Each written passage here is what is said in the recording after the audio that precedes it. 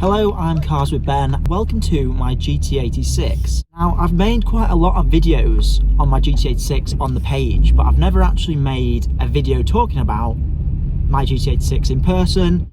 Today, I'm going to talk about why I love my GT86. I have to wait till I get out of this junction.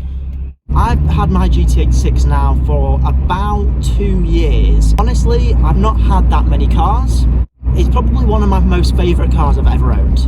And while I haven't owned that many cars, I absolutely love it for various different reasons.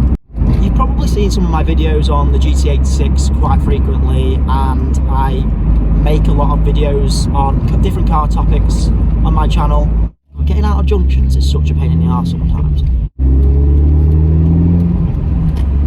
Here's some of the top 5 things that I absolutely love about my 86. Number 1, you can use it every day. I think that's an absolute essential for me. The fact that you can use it every day is cool. Because it's my only car, I don't have another car right now. I used to have an MX-5 and had the 86 at the same time, but for me right now, I only own the 86. I do plan on getting another car. 2, it's very versatile. The boot in the back is excellent, and there's absolutely no denying that. You can get a lot of stuff in it for a GT car, really. It's great. I've had my bike on the roof as well. I take it to car shows. I'm trying to modify it as much as I can. It's really going to become a project car, but for the time being, it's a great car I can use every day. So number 3 is that I absolutely love that it's usable and friendly. What I mean by this is you can use it in so many different areas. So for example, it's a car that you can take to the shops. It's a car that you can drive down to France in. It's a car that you can absolutely use for any day, really. Even though I want it to be a modification car and a project car, it's a car that's great. Now with the new GR86 already out, with the facelift out, I currently drive the older GT86, now the actual early first release of the car. When I first got the car, I had it on about 40,000 miles, so that was great. Okay, so number 4, I like the fact it's so playful on the roads. You can absolutely use it every day, and it works every day. You can have a bit of tail fun, which is great, but I do try and be careful because it is my only car, like I said. Number 5 for me about the GT86 is its running costs. Running cost in terms of, I'll probably put about £50 a month in to fill this car up. An expensive car. It does about 32 miles to the gallon, I'd say. And 32 miles to the gallon is just nothing really. Oh, BMW X7, the new X7 is coming past. Usable. It is so easy to use. Anyone can drive an 86. And now I know anyone can drive pretty much any car. But it looks like it might be a bit more of a difficult car because it's a sports car. But anyone can drive an 86, which is just facts. Another thing I love about the 86 and why you should consider buying one is that it has this sort of supercar appeal. Now, if you've ever owned an 86 or you've ever seen an 86, you might think it's actually a really good looking car. Like giving examples here. It can look great in modification as well, and what I find particularly interesting about that is that the car definitely feels likeable. It's a car that's lovable to a lot of people, and yeah, a lot of people love this car. It's a car that you can't help but love, and for me, I always wanted a car that would be liked whether it was stock or modified. Like I've done that, I get a lot of looks on my 86, and it is modified slightly, but it's not a car that's entirely modified. Given the price that the 86 is, and for what it offers, it has that supercar likability. It's just so quality for what you get. So I absolutely love it for that reason. G-Wagon behind me, I don't know if you can spot that. In terms of cost and maintenance then, the 86 is incredible for what it is.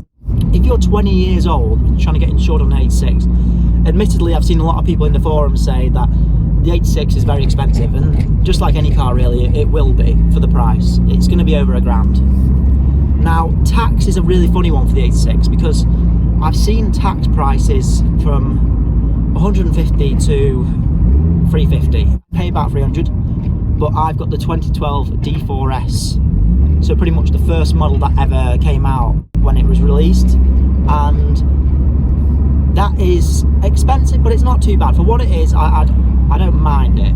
Currently I pay about £600 for modifications. That's not too bad. It could be a lot worse. It definitely could be worse.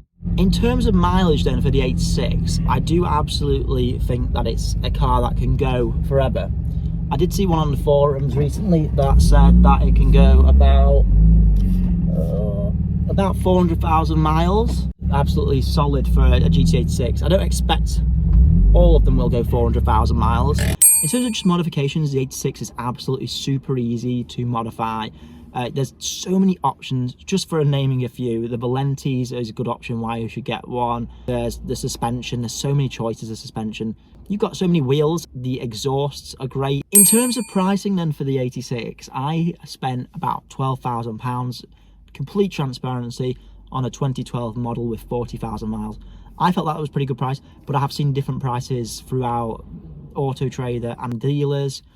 The prices can be a lot. I personally went private, but I would recommend, if you can go in private, and then just doing an AA check. Obviously, if you could go for a dealer and get a very nice clean example as well, probably going to cost you closer to 15k. To buy this car, it's not out of the realms of most people.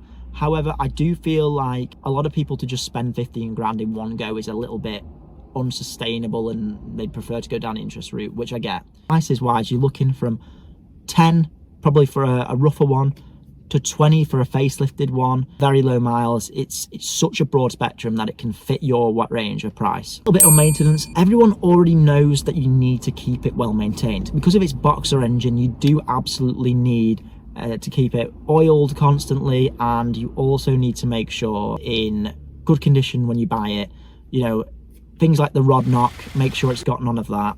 The engine needs to be solid, and there are instances of this car blowing up and it not working at all. So that is something that you should consider when you are buying an 86. Other than that, Toyota/Subaru engine is solid. All the parts are great. That is really my only maintenance issues for the 86. And finally, would I buy an 86 again if I, for whatever reason, didn't have this one? Absolutely. It's a car that has so much likability, so much fun. And I know the GR86 is out now. And one day that will come down in price and it'll probably be just as popular as the 86. But I still feel like the 86 holds a great place. Car community. It's my car's a 12-year-old car now, but it doesn't feel it. So definitely something that I would consider when buying an 86. If you enjoyed this video, don't forget to subscribe. It really helps me out. I hope you enjoyed the car content.